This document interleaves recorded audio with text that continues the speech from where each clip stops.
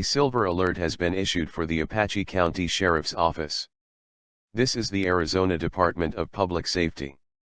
The Apache County Sheriff's Office is looking for an 11-year-old male named Preston Michael Owens. He is 3 feet, 8 inches tall, weighs 90 pounds, and has brown eyes and black hair. He was last seen afoot in the area of Highway 191 and Milepost 341, wearing a black Batman shirt, plaid pajama bottoms and no shoes. Milepost 341 is 25 miles north of St. John's. If you have contact with the silver alert, please call 911. Monitor TV and radio for updates.